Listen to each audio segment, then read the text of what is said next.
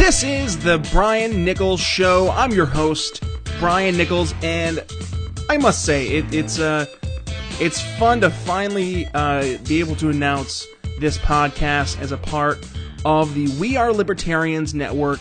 Shout out to Chris Spangle. This has been in the works now for quite a while. So, I'm officially excited to get things going here with the the Brian Nichols Show podcast. So, for those of you who have not heard me on We Are Libertarians before, just a little bit about me. My name is Brian Nichols. I'm hailing from the East Coast over in Philadelphia, Pennsylvania. So, a little bit about me. I am currently the associate editor at the Libertarian Republic.com, which is the website founded by current United States senatorial candidate Austin Peterson. I've been writing there since August of 2016. But prior to that, I have quite a bit of experience both in local and state politics as well as some national politics as well, dating back to 2012 officially was my true immersion into the national political scene. Working on a congressional campaign as the mobile field representative for a congressional candidate.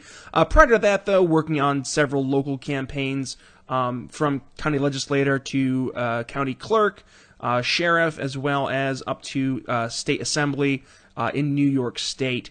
But a little bit about what we're looking to do with this podcast here going forward. So the goal of this podcast is to be a weekly podcast covering the week's top news through a libertarian lens and perspective. Each show is going to be hosted by yours truly, Brian Nichols, with various libertarian and conservative guest hosts who will be joining us throughout the year based on their availability. But also what we'll be doing is also featuring some monthly interviews with some noted guests within not only the libertarian movement, but also the conservative movement, media, and politics in general. In addition to the monthly interviews and weekly programming, the Brian Nichols Show will also be bringing in liberal, democratic, socialists, and yes, some communist voices, just to discuss and debate some relevant topics in regards to recent news, to bring some different views and different mindsets to you, the listener, so we can at the very least try to have an ability to debate and learn from the other side, not necessarily in order to agree with the other side, but at the very least to hear their arguments, and hopefully we can walk away with a sense of understanding one another and a situation where we can say we agree to disagree. Now, each show is scheduled to be released on the Friday at the end of the week, with the goal of, this is the ultimate mission here, the Brian Nichols Show is for libertarians, conservatives, Republicans, moderates, and even those on the left, for the goal of helping educate individuals who are actively seeking a political news program that objectively covers the week's news, with the overall, and this is my main goal for the Brian Nichols Show, is to educate, inform, and enlighten. And the reason I say that is because I've noticed too often in libertarian circles, we seem to get caught in our own little groupthink echo chambers. And I find that to be very concerning because I think we sometimes lose focus as to what the goal should be for us in terms of what our mission is going forward. So let me rewind a little bit in terms of discussing why this podcast became what it is. Prior to starting on with Chris Spangle for the We Are Libertarians network, I was hosting my own podcast over at the Libertarian Republic called the Around the Republic podcast, in which we did a very similar type of weekly review with the top events of the week. I also was able to interview some great people, just to name a few. We had Cliff Maloney from Young Americans for Liberty, John Ziegler from Mediaite, Jason Stapleton from the Jason Stapleton program, Super Mexican from townhall.com. So really the main thing with regards to my experience, not only within the confines of my former podcast, but also with regards to the network that I currently write for, the Libertarian Republic, is I find that it seems a lot of the articles and a lot of the media that we disseminate in libertarian circles tends to be read by those only within the libertarian circles. And during my time here at the Libertarian Republic, I did focus quite a bit on writing some pieces from what I like to consider to be a recovering Republican mentality. I myself came to libertarianism around 2012, and I've maintained my party identification as Republican, and I identify myself as a small L libertarian. I did vote for Gary Johnson here in the 2016 election. And I've been very vocal in terms of helping those libertarian candidates across my greater Northeast area, be it Dale Kearns running for United States Senate in Pennsylvania, or Larry Sharpe running for governor of New York State as libertarian candidates. But I've come to find that the best means in terms of reaching out and trying to disseminate a libertarian message is unfortunately through the platform that is the Republican Party. Because, and I understand that this will ruffle a lot of people's feathers right away for this podcast, but just through my personal experience and being objective and looking at where the Libertarian Party stands here in 2018, we are the third largest national party in terms of political identification throughout the United States. Not counting, of course, those individuals who do not identify with any political party, which would be a plurality of American voters. So, with that being said, we have to acknowledge the reality that the Republican Party is indeed the second largest political party in the United States. And as such, we have individuals within the Republican Party and within government who do identify with the small L libertarian philosophy, be it the likes of former Congressman Ron Paul, current United States Senator Rand Paul, his son, also Congressmen Justin Amash of Michigan and Thomas Massey of Kentucky, respectively, but also those maybe who are more in the constitutional approach, be it Mike Lee or Ted Cruz in the United States Senate. Now, I'm not going to pretend that Rand Paul or Ted Cruz or Mike Lee, for that matter, represent my ideas 100%. And I don't think that should be the goal for libertarians, is that we can't have these ideological purity tests. So the goal of this podcast is to reach out beyond the libertarian echo chambers, to reach out beyond those individuals that will hear our message and believe in our message to begin with. I've recently gotten into some flack with some other libertarian / liberty-minded publications, which will not be named here on this podcast. But if you want to go explore the venture, please feel free to follow me on Twitter at bnicholsliberty. Again, that's my Twitter handle at bnicholsliberty, and I'm sure you'll find the interactions that I've had, recently with this other publication in terms of making cancer jokes and trying to really alienate anybody that is not a 100% ideologically pure libertarian, as labeling them as a communist or a socialist.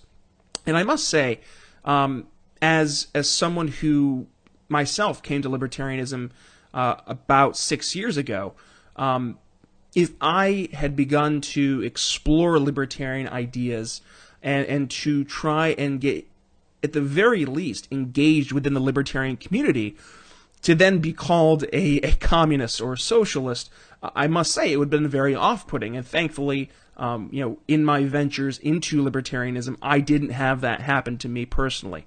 But I see it happen too often, where, yes, those individuals who maybe are exploring the idea of liberty and the idea of small L libertarianism, they start to question their own beliefs, but at the same time, they have to question our beliefs. And when they're questioning our beliefs, they're met with a hostile reaction. which to them is very off-putting. Now, I'm going to give an anecdote, but one of my close friends who will be actually be coming on this podcast at some point down the road, Kimberly Ross from Red State, she likes to identify herself as politically homeless because of the fact that in 2016 she couldn't support Donald Trump as a Republican, and that hurt her because she had never really come to a situation within her personal life where Donald Trump, or where the Republican Party rather, was not reflecting her ideas so openly and so vagrantly going ahead and just completely ignoring what they were supposed to be representing. So after the 2016 election, to keep this anecdote short, Kimberly began to look for alternatives. And one area she did start to look was the likes of exploring libertarianism. And one issue for Kimberly that is, and when I have her onto this podcast, it's going to be one of the main things that we focus on, is that of abortion. Now, I've made my personal views on abortion on the We Are Libertarian podcast quite clear. I'm very pro-life because I view the individual being a human being as a sentient being that even if it's a fetus within the womb, it will turn into a human being once it's born. It's not going to turn into a tree.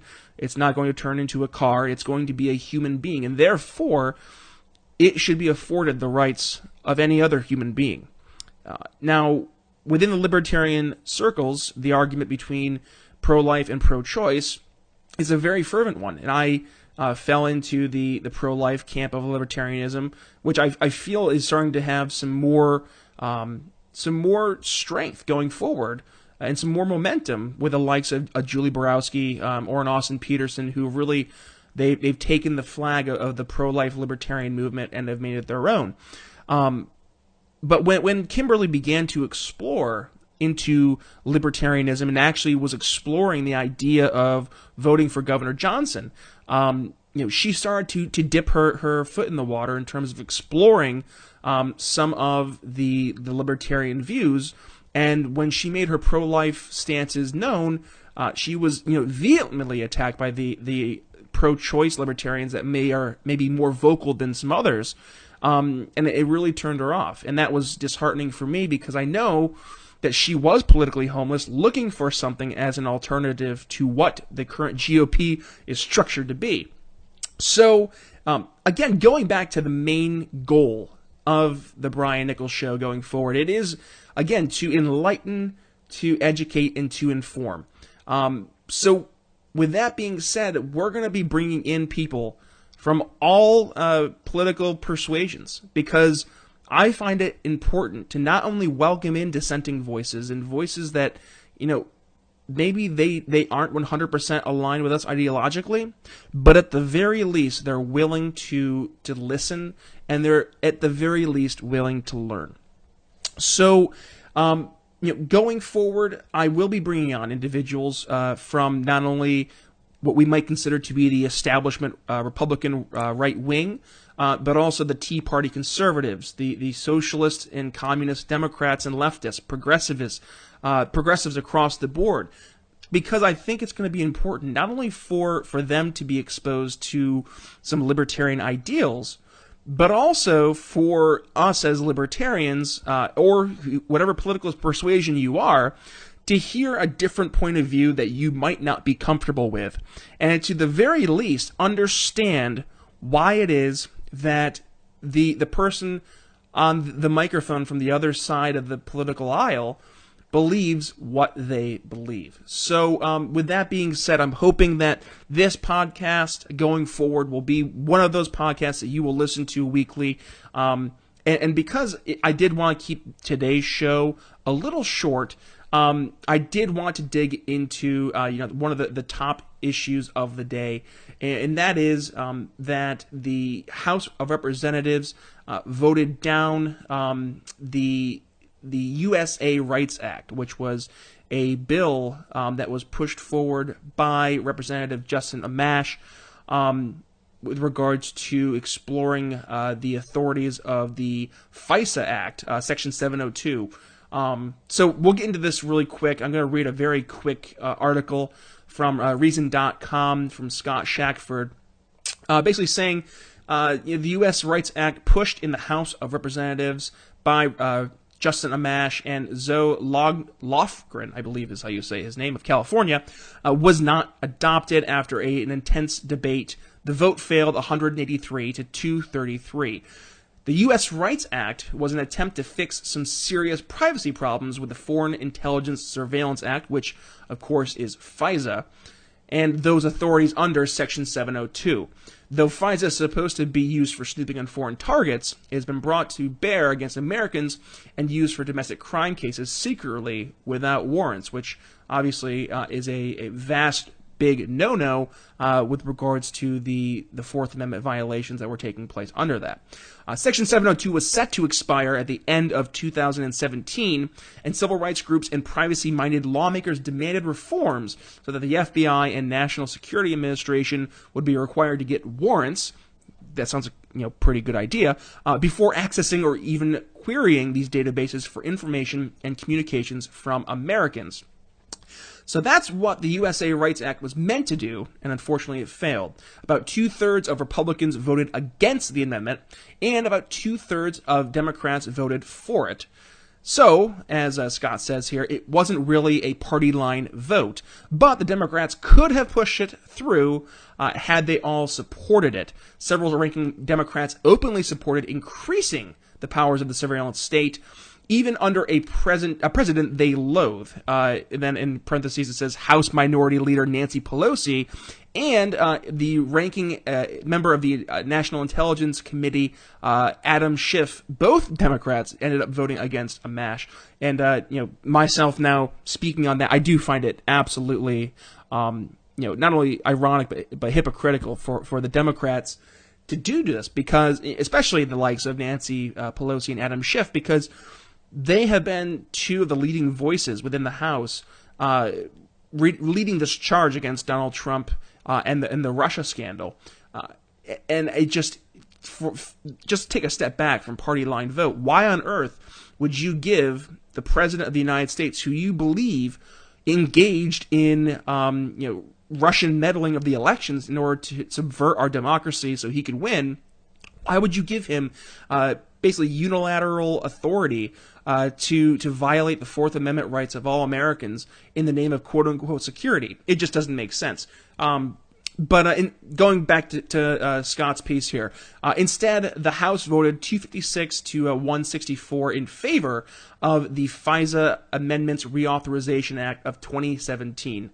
The bill doesn't just renew Section 702 for 6 years, but it also codifies permission for the FBI to access and use data secretly collected by Americans for a host of criminal cases that have nothing to do with protecting America from foreign threats, which really makes you question, myself speaking here, why the F in the word FISA is even necessary at this point, because the F is supposed to be for foreign, and it's being used on us here in America.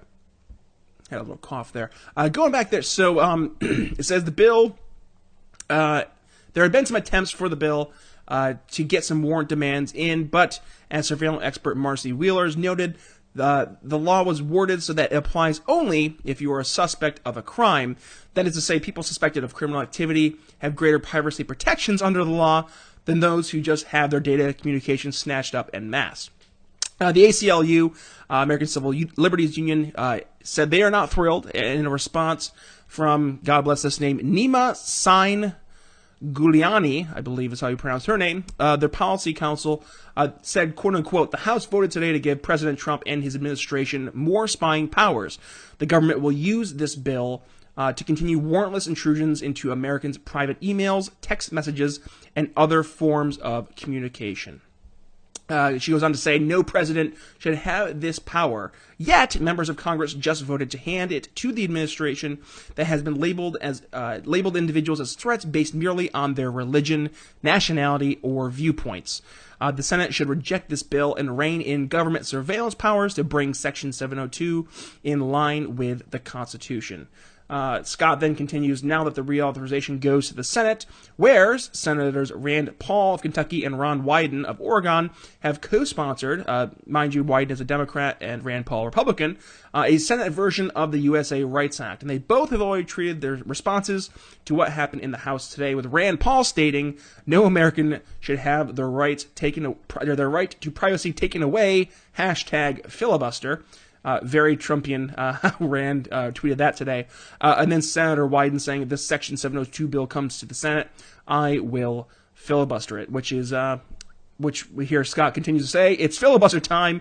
Clearly, Paul and the others need to try and book some time on Fox and Friends to convince President Donald Trump to switch his position back to opposing domestic surveillance, which is obviously a pretty direct homage to this morning's incidents, this morning being Thursday, where President Trump tweeted seemingly directly in response to Judge Napolitano on Fox and Friends, where Judge Napolitano basically looked at the camera and told President Trump not to support this. Trump then tweeted out that he wasn't going to support it, and that I think it was like something along the lines of saying, was this the FISA action that was used to spy on me when I was running for president? And then I think it was 2 or 3 hours later, he then said, oh, well, that being said, I've gone ahead and said we still need to get the bad guys. Of course, that's me paraphrasing. But it's interesting the fact that that Trump, after like 2 hours or so, decided to change his views back. Must be John Kelly to the rescue to try and save that from President Trump. And then, of course, going forward, one of the best leaders of liberty here in the House, Justin Amash, tweeted his response to the amendment's failure, stating, thank you to the 183 Republicans and Democrats who voted yes on the Amash-Lofgren USA Rights Amendment. We fell short today, but a large growing coalition is standing up for the American people. We will never stop defending the Fourth Amendment, our Constitution, and all our rights. And well said to Justin Amash there, because I think one important thing that we seem to forget is that individuals like Justin Amash and individuals like Rand Paul, though they don't necessarily reflect pure 100% libertarian ideology, they're making moves, and they are drawing attention to these issues that libertarians do in fact hold near and dear. And right there on Justin Amash's tweet, we fell short today, but a large, growing coalition is standing up for the American people. That's huge, because now this is no shade at the Libertarian Party, the National Libertarian Party, but we have no elected officials in Congress or in the Senate who are Libertarian Party members, and that's just reality. So instead of going for this ideological purity, saying we need to, only support libertarian candidates, we got guys like Justin Amash and Rand Paul who are on the battle lines right now pushing for libertarian, social, civil libertarian views that I don't think we would ever have a chance of really making some moves if it were not for them right now doing what they're doing. That's where the entire hashtag Stand With Rand came from, was back to his initial filibusters. And Rand Paul has been one of, if not the loudest voices for libertarian views in the Senate, especially with his noted filibusters of not only now the NSA spying, but also he did this in 2015, and with regards to the dronings of American citizens. Rand Paul has been one of the leading voices in the Senate, and Justin, though he is no Ron Paul, Justin Amash is really, he's made some leaps and bounds in terms of helping lead for the liberty movement, actually getting some stuff done. With that being said, I do want to keep this podcast today relatively short. But the FISA Act, it definitely hurts to see, the act fail, where it could have easily passed had, just 1/3 more of the Democrats in the House just go ahead and vote party line with their party, and then the Freedom Caucus to lead the way.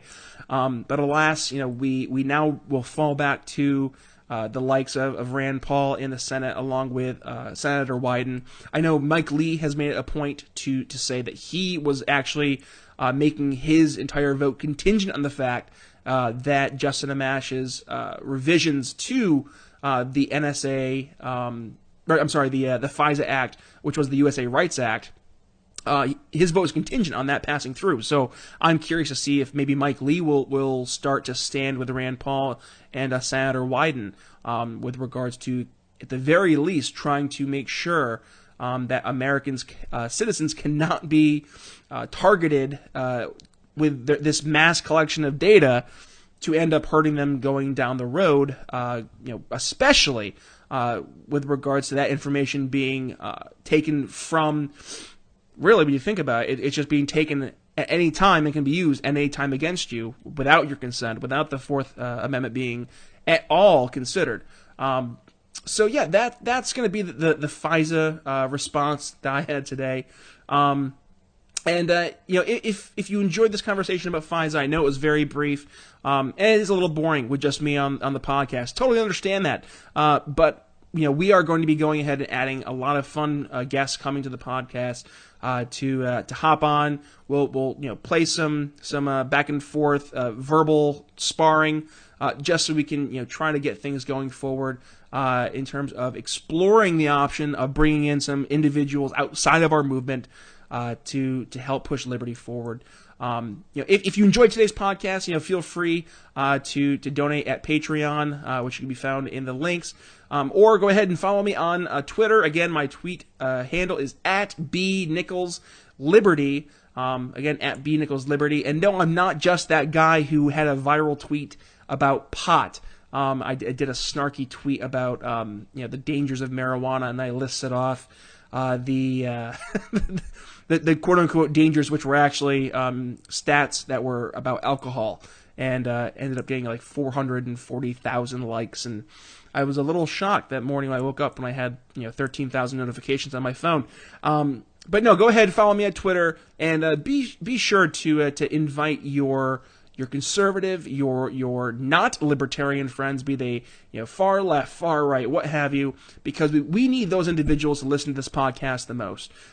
Because when it comes down to it, I know all you fans out there, you're individuals who are deep in the liberty movement. You're 100% on board with liberty, and really you are the individuals out there you're at the front lines. You're really going for. You're really the ones leading the charge behind the scenes. I think that gets underappreciated. The problem is I think we've gotten stuck sometimes within our own echo chambers, and we really need to get out there and bring liberty to the mainstream. We had a chance with Gary Johnson in 2016. Unfortunately, Gary and Bill Weld were not, in my personal opinion, the ideal candidates to lead that forward. And we had a lot of great opportunities that were lost during that election. And I've had my personal sparring with Nicholas Sarwark, the chairman of the Libertarian Party. With how the Libertarian National Committee National Party has performed and conducted themselves in public, whether it's posting things about comparing the United States' freedoms to that of North Korea and implying that North Korea was more free than the United States, or posting satanic verses the week before Easter. I don't think that's exactly very productive public relations, but I digress.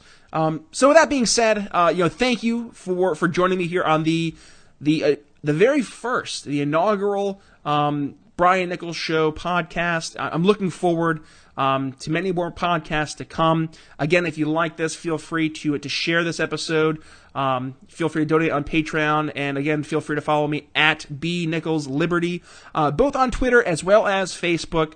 We'll be sharing articles. But until then, we will talk to you next week. Have a good one.